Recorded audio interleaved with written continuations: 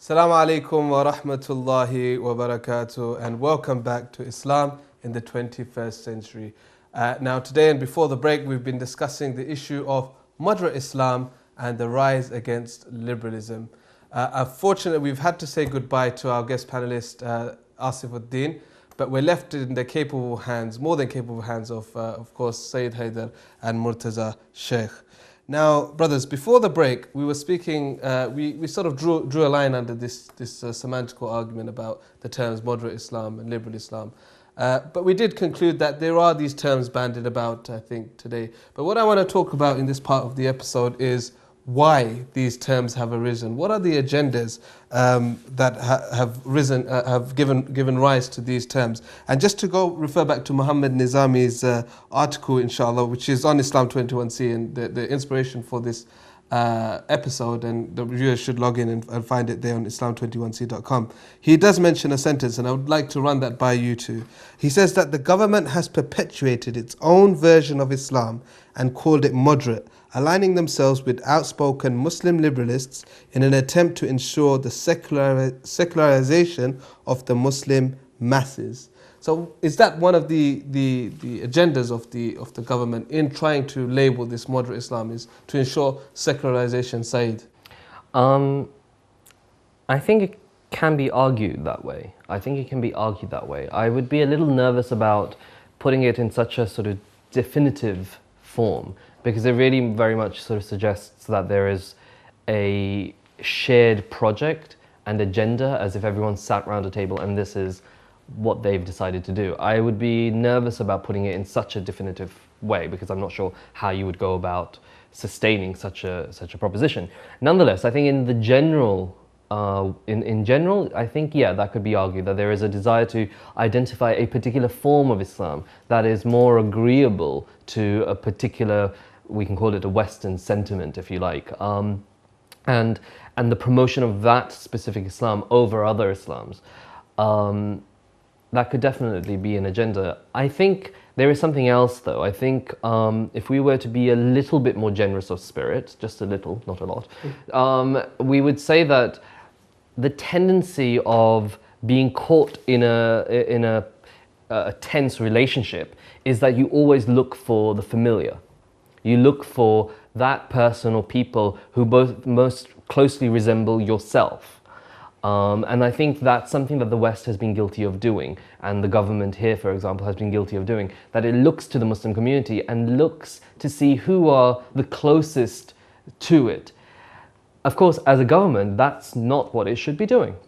You know, it should not be so frightened in that respect, so as to simply rally with the people that it thinks are similar to it, because dialogue does not get created in that way. You dialogue with people that you may not disagree with. But so, I mean, that you may not agree with. One of the fundamental principles of Western liberal democracy is multiculturalism. I mean, surely it's in their interest to allow people to express their own viewpoints of what they feel they want to practice. Isn't it the case that, Murtaza, that the reason why they want to promote a more moderate Islam, or want to define it, is because they feel other versions are causing them things like security problems? We've seen the rise of such acts on the West of terrorism and these sorts of things. And that's why they felt the need now, certainly recently, to define a moderate Islam, because they feel it's a security reason why they want to do that. I'm really glad that you've raised the security aspect of it, because before we discuss why this term is used or deployed by different actors in our society, we have to ask where it came from. What is the historical and social context? And that there's no question of a doubt that is terrorism and terrorist acts post 9/11, especially 7/7. So what prompted the use of this word moderate? It was an attempt to make sure that the religion did not provide any grounds, whether valid or invalid, or any inclination for Muslims to justify acts of terrorism or killing of innocent people. That's understood. There's not really much disagreement on that.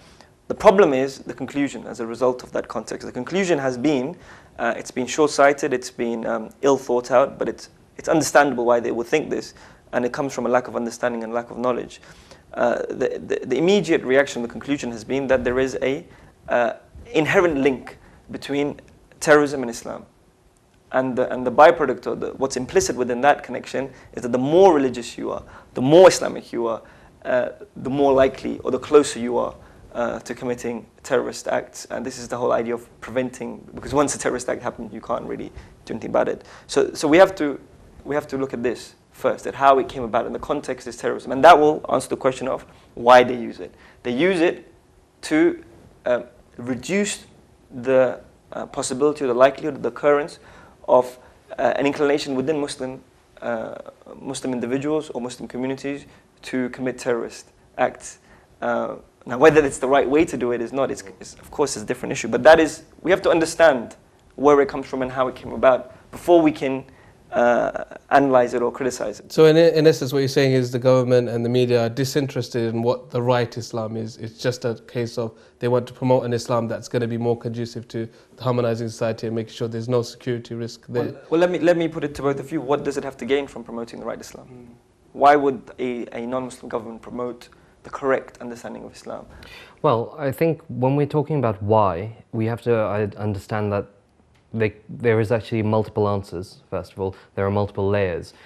For example, one reason to promote a form of Islam is so as to create a demonized form of Islam. That in fact, by creating a moderate Islam, what you're doing is you're very much highlighting an enemy, an other in the sort of, and that goes back to our original discussion, isn't it? Yeah. By saying moderate, you create a kind of extreme. But I think that the history of it actually is a little bit goes further back. I mean, 1857, for example, the Indian Mutiny, I think, is a point of real resonance. Although it may not be very alive, I think it has, for those at least who know their history, there is an echo here. And that frames the whole discussion within a very kind of old-fashioned colonialist discourse, if you like, or a frame. And I think that's something to be borne in mind. Why is it being used? I think it's being used as a knee-jerk reaction because there is a security threat that they feel exists. They are being willfully or they're obstructing willfully a sort of greater introspection to really find out and understand where the threat is coming from, why it's here, for example, and a complete lack of awareness, for example. Although this has changed, of foreign policy, for instance, although ministers have come out later and security experts to say foreign policy has a hand. But nonetheless, in a context where the West, I think, is frightened, I think one way to look at it is rather than in a position of strength, it's actually approaching this from a position of weakness. It's scared, and therefore it's doing what I was suggesting earlier. It's looking for people that are similar to itself, people whom it can have a dialogue with that share some of its views. But this is precisely the wrong method, because if indeed there is a threat, this is not the approach, because you're talking almost to the converted in some respects. The people who are familiar, similar, they're not the people that you need to be talking with. In fact, a dialogue is most healthy when you speak with people that you don't always agree with. So I think, why is it being used? Because it's in a context of being frightened, of weakness. Of being frightened, of weakness. But then surely, looking at the issue, I mean, what is the way forward? What would you, I mean, if you had a speakerphone to the government, say to them about speaking to what they feel are dangerous elements within the Muslim community? What would you have them do? Well, I completely agree with Said. The ingredients which give us the situation is fear and lack of, they don't know what to do, and which combine into solutions and methods which aren't productive. What would you suggest in another way? How would they reach those people that they're trying to? Well, the only way they will reach the people that they're trying to target, and the only way they would achieve greater security and greater lack of reduce their fear, is by doing, as we have already discussed, by changing their understanding of what moderate is. They can keep this word, they can keep this definition, they can keep this as being the ones who are working with them and who are helping them understand the whole community. But by dealing with the fringe group, which don't represent the mainstream, is not really conducive. And you can understand how they got there. They got there by saying, well, if more religious means more extremists and more likely to commit terrorist acts, then we need to go for the less religious people. But the less religious people are not the ones who represent the religion.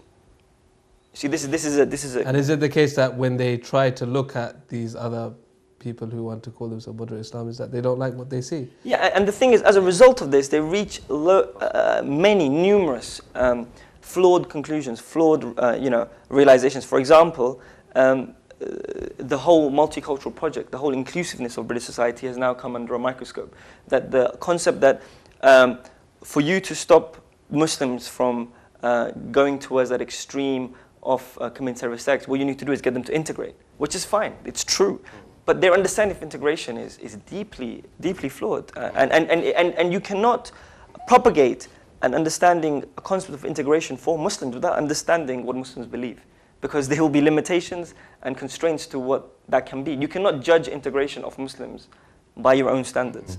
Just quickly before the break. Sure. And I just think a genuine government that wants to do something needs to be aware that there are invested interests in the perpetuation of this climate of fear, that there have emerged a whole industry that want to push forward the idea of a moderate Islam and an extremist Islam in this sort of very kind of dichotomous fashion, that there are vested interests within their own sort of government and their advisors who actually, for their own purposes, want this perpetuation because it's an economic sort of avenue. If you know, it gives jobs at the end of the day.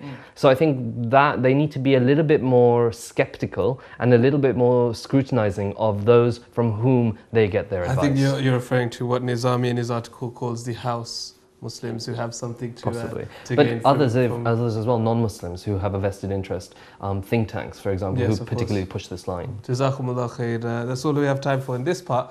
Do join us for the conclusive part of this episode on moderate Islam. Take care. Assalamu alaikum wa rahmatullahi wa barakatuh.